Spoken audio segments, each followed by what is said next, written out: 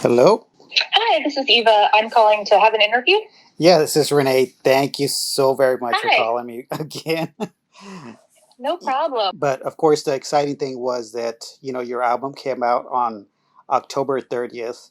Now, because of what I was reading, there's some pagan influences or witch influences.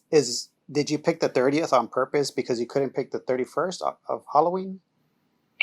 I wanted, first of all, I really wanted the album to come out. I feel like it's, I've been waiting for a long time to put this music out there. So the sooner the better, kind of, for me. And so October 30th seemed like it was in the ballpark of Halloween, but it wasn't like on Halloween. But I debated releasing it on Halloween. I just didn't want to be, I don't know, I didn't want to be categorized as like a spooky Halloween kind of artist and like really tie myself into that date and that time period. But yeah. I also thought that the video was, it kind of has the video for Goodbye kind of has a horror film kind of feel to it. And so I thought it was appropriate to release it around Halloween. Yeah. And speaking of the song Goodbye, I mean, just from my interpretation of it, and of course some of the imagery, or with how your wording in it, it sounds from possibly suicide to where you're looking for help and that help wasn't there. Is that accurate or not really? Yeah, I think that's accurate. I think that the entire song can be interpreted as a call for help or a cry for help, and with like what you said about help not being there, that's the truth for so many people who don't have access to mental health care. It's either not available, or it's too expensive, or it's not covered by insurance, or there's a taboo or a stigma against seeking mental health treatment. So, that's kind of the direction I'm coming from, is that even if you are able to ask for help, that help isn't always there. And I think that's tragic. And I think that our mental health system, especially in the United States, needs a lot of reform. Yeah. Oh, definitely. Our mental health system sucks. Period. I completely agree with you. Unless now, the mental health providers are wonderful, wonderful people. I have a fantastic therapist. I have a great psychiatrist, and I know that those people care deeply about their patients and want to help them. It's just the system that it's all set up in is what sucks in this country. Yeah. Oh, it's terrible. I see it myself too, because I work as a firefighter paramedic. So of course we go to everything and anything calls, and some of these are from people that are depressed, some people are trying to commit suicide, and they're out of their meds or they can't get the help, and they're trying to go to these places to either get admitted so they can get the help that they need, but they're like, no, we're full, or you need to go somewhere else, and they just don't get the help that they need. Right, and that is tragic because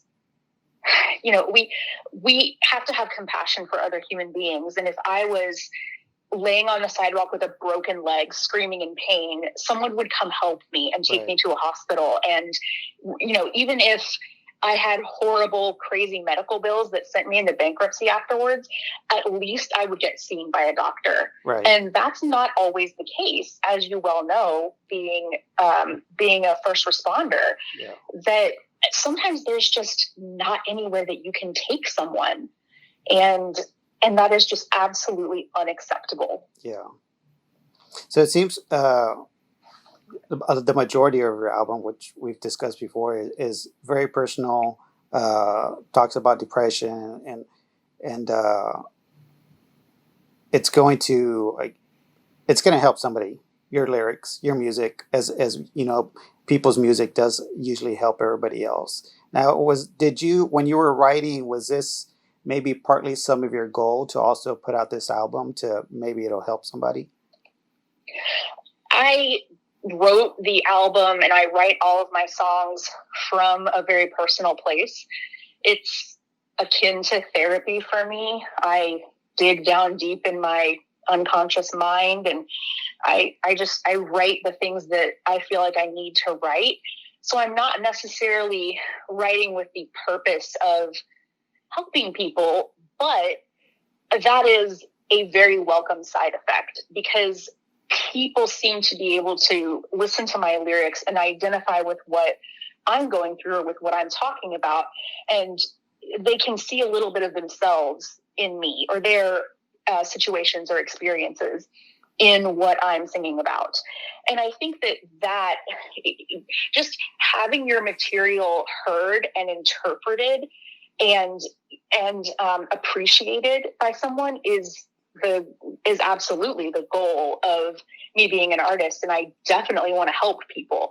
And I'm really grateful that I'm able to get that message across to people. And some of the stories that I've heard from people who have reached out to me and said that they really identify with my lyrics have just been so touching, and it makes it worth it. It makes it so much less scary to put some of that out there, some of the more taboo things, some of the more controversial things.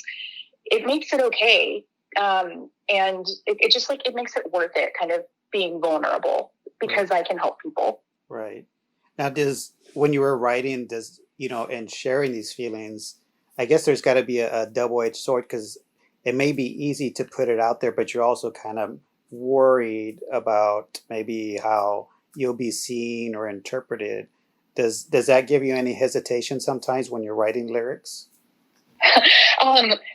Definitely, because I am a human being and I care.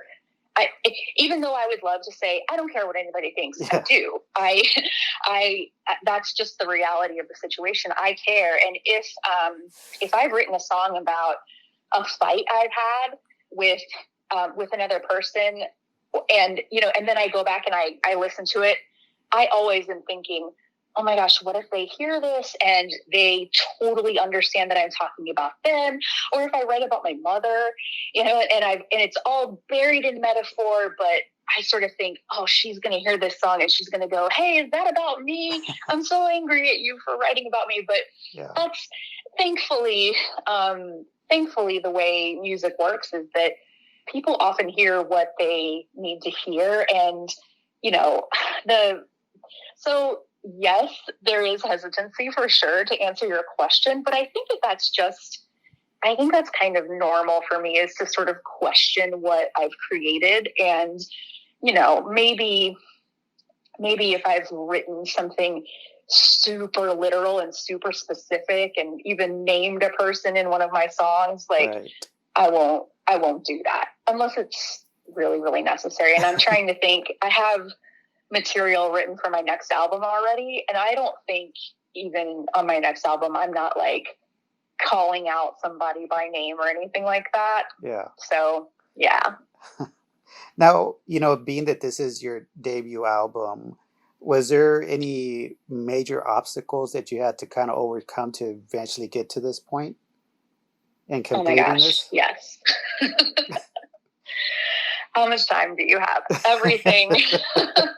So it's just not easy. And especially just kind of starting with the recent stuff, COVID has made it so that I couldn't have an album release party. I couldn't kick my album off with a tour.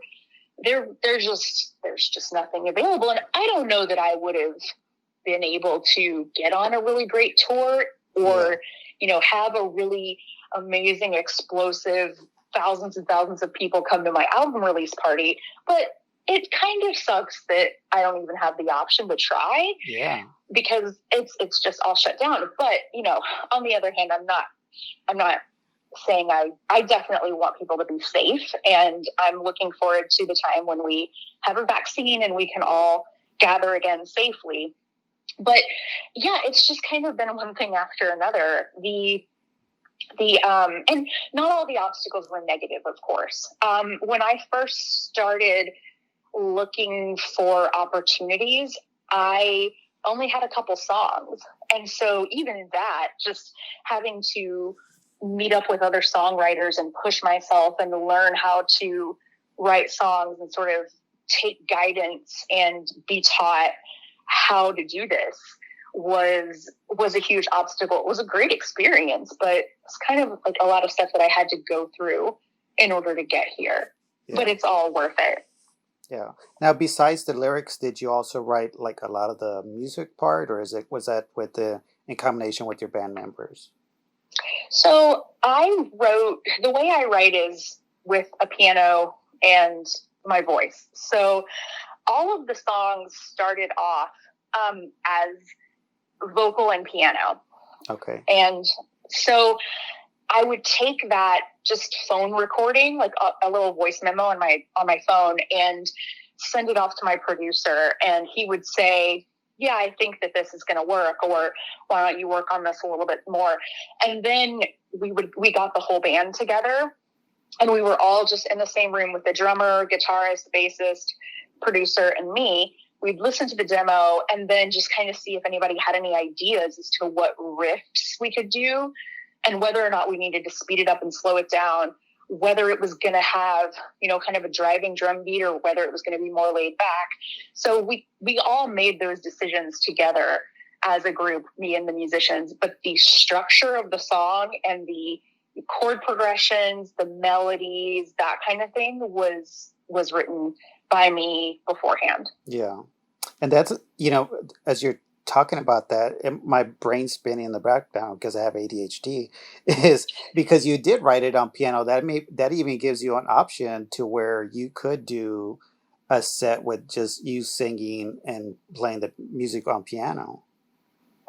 I've been thinking about that, and especially in the time of COVID, like I could do some live streaming where it's just me at the piano and I could just sing my songs and play them. Yeah. There's a couple things that are kind of holding me back from that, but I'm trying to get over it. I'm very critical of my piano playing. I am self-taught. I am not great at it. And if anyone classically trained in piano were to see what I'm doing with my hands, they would probably clutch their pearls and fall over. They would be horrified. So I'm a little bit insecure about that, but I'm trying to realize that I need to work with the tools that I have. And because I can't get together with a band right now and do some of these cool live streaming concerts that people are doing, maybe I do need to just do some acoustic versions of my songs and put them out there. I think that would be really cool. I'm almost there. I'm thinking about it a lot, and it sounds like something I really ought to try and do. Yeah, so I'll probably do it. I'm just not quite there yet. Yeah.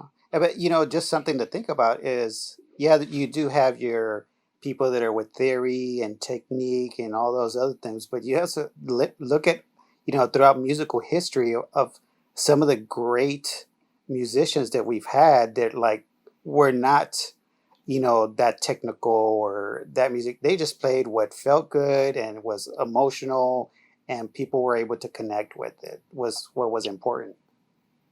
That is so true. And it is 100% a problem that I've created within my own head.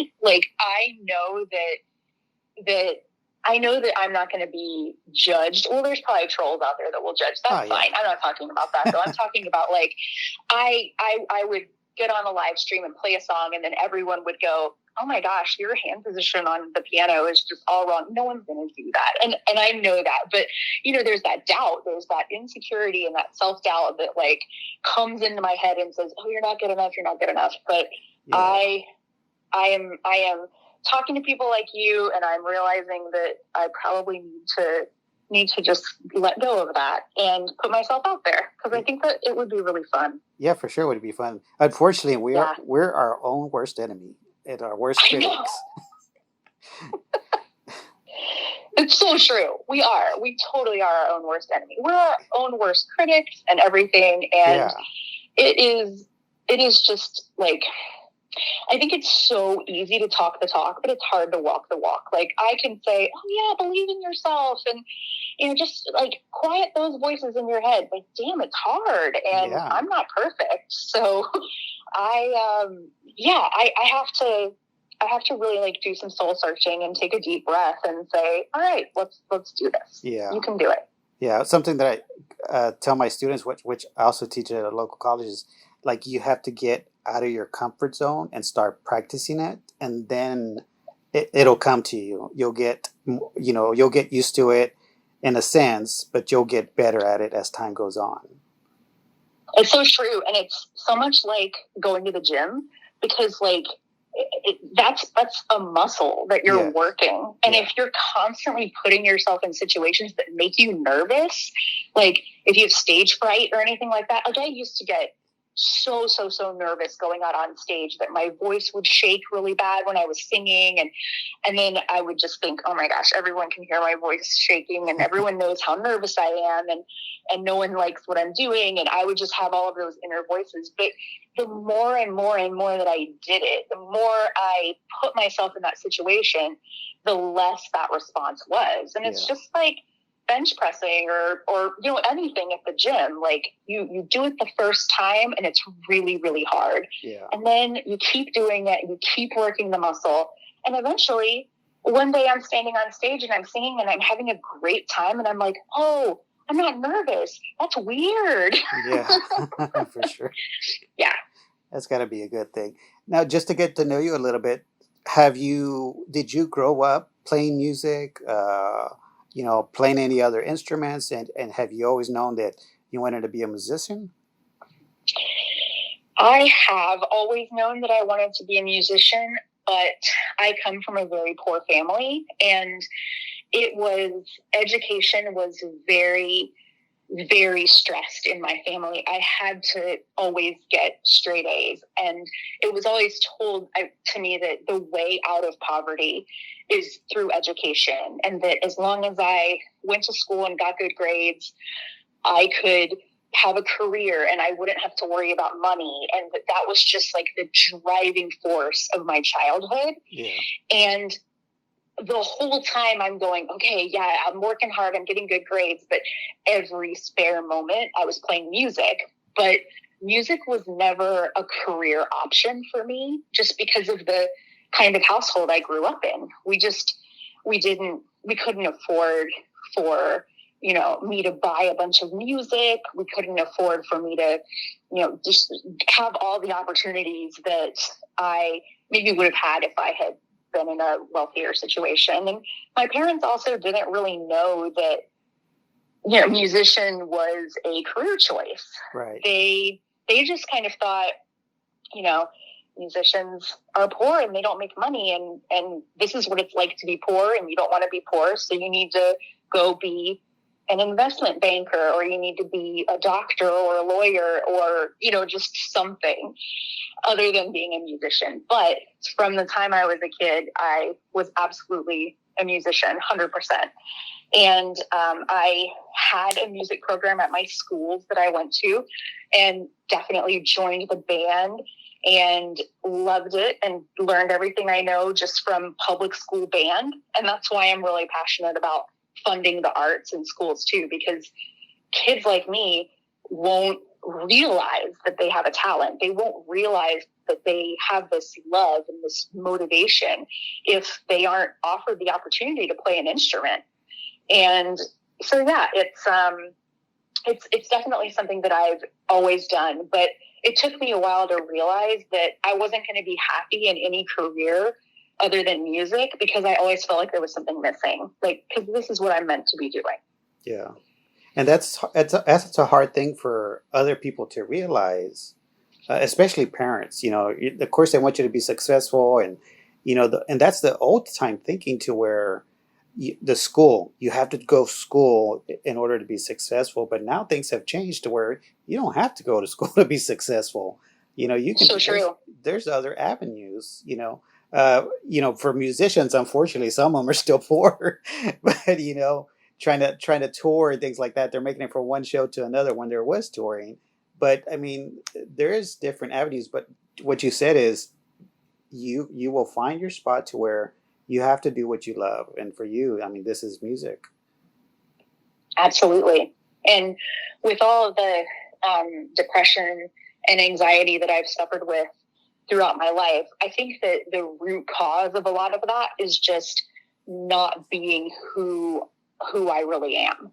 and having to say, okay, well, I'm clearly a musician, but I have to pretend that I'm an academic. I have to pretend that I'm this,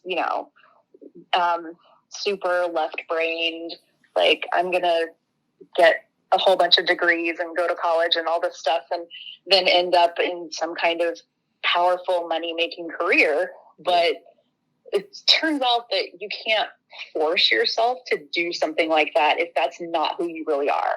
Right. And, and so my mental health has been so much better ever since I stopped trying to be somebody that I wasn't. And that helped me tremendously. Yeah. Now, if only, more people could learn that, or at least be open to that option and realize they don't have to be miserable. That'd be nice. Yeah, that would be. And, the good thing is that I was able to make that change, and I had the opportunity to make that change, but not everybody has that opportunity. And so it's definitely something that I think about. And I want to live in a world where everybody has the opportunity to pursue something that makes them whole and makes them feel wonderful about being on this earth and being who they really are. I think it's really important. Yeah.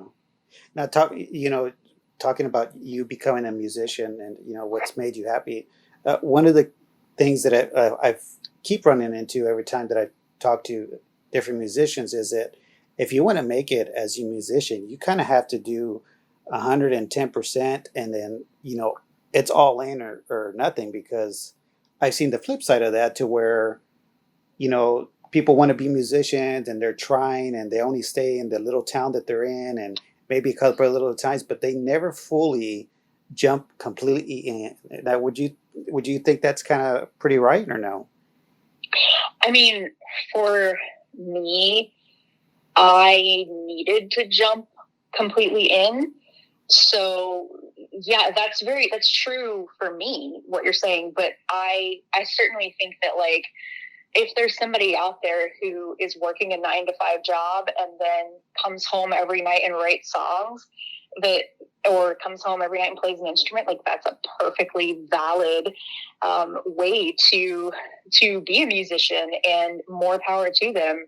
And it's just, it's kind of a brutal industry. There's a lot of music out there right now. And so it's difficult to get your music heard, and it's difficult to get noticed. And so, having to, for instance, take care of a family or run a business or work at a 9-to-5 job or work at several jobs, it limits the amount of time that you have for creativity. And that sucks. It's really, really hard. Yeah. I wanted to be a musician, but I suck. Oh. Well, I just didn't stick with it. So this is the next closest thing, is, being able to talk to other musicians and getting to know everybody, whether if it's interviewing somebody at a show or over the phone, it kind of lets me live, in a sense, in that world without not, being able to do what I still do. Yeah, you're a really good interviewer too. So I think that you've definitely found your niche. You're really good at this. Oh, thank you. I appreciate it. I like it for it to be a conversation and not be repetitive, because, I've seen some other interviews from different people, and I see it on the musician's perspective, to where it's like, oh my God, this question again. They've asked us like 1,000 times and I've answered this 1,000 times. Yeah, it's true. I mean, I'm just starting out, so I have not had the pleasure of having that experience of getting asked the same question over and over and over again. Yeah, but just maybe someday. just you wait. Yeah. Maybe someday. Yeah. Yeah. Now, you did mention that you are currently writing your next album. Is this something that for release for next year? Hold on to it. Yeah, I'm probably going to release it next year. I wrote it in quarantine, with the exception of maybe 2 songs that I kind of already had that I wrote after I recorded The Devil's Mark. this is a album that came out of COVID and came out of quarantine and came out of just all the social unrest that has happened in the Black Lives Matter movement, and just sort of everything swimming around in my head. I felt like I needed to write another album, and so I did. I'm totally digging it. It's really cool. It's heavier and darker than The Devil's Mark, which is exciting. Yeah. And I'm super stoked about it. And I guess, until we can tour again, that's just what I'll keep doing. I guess I'll just keep writing music and keep looking for opportunities to get that music out there. Yeah. And it's weird that, it's interesting that you say that, because we're a product of our environment, and our environment and right now kind of sucks. So there's been a lot of musicians that are just locked up, can't tour. So it seems I'm seeing like there's going to be a whole lot of music coming soon, and it's going to be very angry. Yeah. I mean, I'm kind of thinking we might be on the cusp of a heavy music revolution, that like a big watershed moment, a big change in heavy music, and I'm here for it. I am looking forward to that. I think that it's been overdue, because heavy music hasn't been mainstream and super popular probably since it's been like a couple decades, hasn't it? Like I feel like it's time to really just like have a metal what's the word I'm looking for? Like a revolution. Like a resurrection or something. I don't know. Yeah. Or a revolt. Yeah. Well, there something like that. There was some starting, when there was touring, you had bands that were heavier than some of the other things that were getting popularity. Like, I don't know if you know Code Orange. Yeah. Yeah. Yeah, definitely. So, I mean, there's your heavier stuff to where here's this band that's like was kind of underground, and all of a sudden they're popular, and it's like, holy moly, they're heavy as hell. Yeah. And a lot of bands were in the riding that wave and going in that direction, which is very interesting. Yeah, it's really, really exciting to be in music right now. Yeah. For you, just a little bit, I think we talked about it last time, that you love going to shows too. What was like one of your top favorite shows that you went to? Oh, gosh, let me think.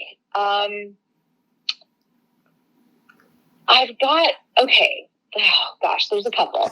So one of the first ones that came to mind was like, I went to an old Arch Enemy show when they had Angela Gossow as the front woman, and they put on a great show, and I was on the edge of the mosh pit, and I got hurt. I got hit, like it was an accident, but I just remember like there was so much that happened at that show. I was so full of joy, and I was close to the stage, and I was looking at the bands, and I was just like, oh my God, this is so amazing. And then also like there was a lot of pain because I got hit in the head.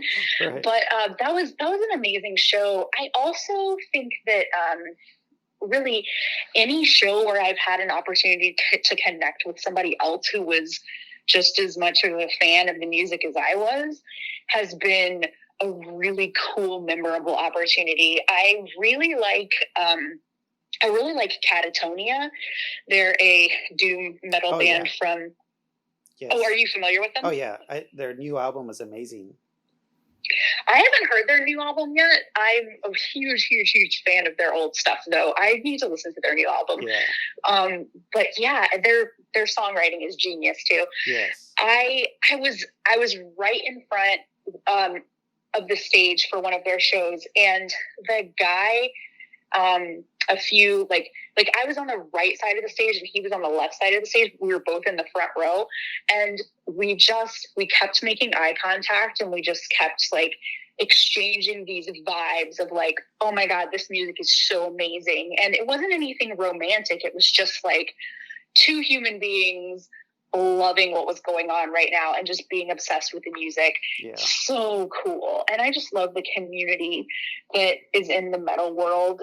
everybody is just so amazing and so caring and sensitive and giving and also just cool as hell. And it's just really, really fun to be able to connect with other people at shows. Yeah. Oh, for sure. Yeah, I've made plenty of friends at shows, and like you're saying, it's almost euphoric how what you're explaining, what you're feeling once you're at a show like that. Yes, it totally is. Totally. I totally agree. Euphoria. Yeah, I miss it so much, and I'm sure you Yeah, miss I do it too. too. Yeah, there's nothing quite like it. I agree. Yeah. So, kind of getting to the end of our conversation here, you do have your album that just came out, Devil's Mark, on the 30th. Yes. Besides streaming, ordering it directly, I think you said from Bandcamp. That way, most of the proceeds go to you. Anything else that fans can do to support you? Yes, and thanks for mentioning Bandcamp. That is a really, really great way to support me. If you want to buy and download my music, just go to my Bandcamp page. I think it's just bandcamp.com/Iva Toric, or maybe it's ivatoric.bandcamp.com, something like that. Google will help you. Yes. And yeah, that's a great way to support me. I have a shop. It's shop.ivatoric.com, and I have t-shirts and all kinds of cool stuff that you can buy that also supports me. I also have some limited edition vinyl of the Devil's Mark. If you like to collect vinyl, or even if you just want this vinyl, it's really beautiful. It's a double LP gatefold. Everything is printed. There's a lot of really amazing artwork on the vinyl. So I think it's a collector's item. I think it's amazing. So definitely check that out. And the album artwork was so good. I just put it on everything. I put it on t-shirts. I put it on phone cases and bags and just all kinds of stuff that I could think of. And that's all available in my store. And yeah, if you could follow me on social media, that would be amazing. I'm at Iva Toric on Instagram, and that's my social media of choice, but I'm also on Twitter and Facebook too. If you give me a follow, send me a message if you like the music. I would love to hear from you. And yeah, just follow me on Spotify too. That helps. So yeah, I'm a new artist. So just kind of keep that in mind. And if you want to follow somebody from the beginning of their career, give me a follow. That would be great. Yeah. And share that stuff. Please. Because it doesn't cost anything. Definitely. Thank you. Yes. Yeah. Well, Ava, thank you so much again for your time. I appreciate it. It was a pleasure talking with you. Yeah, great to talk to you again. Thank you so much. Sure. You take care now, okay? Okay, thanks. Bye. Bye.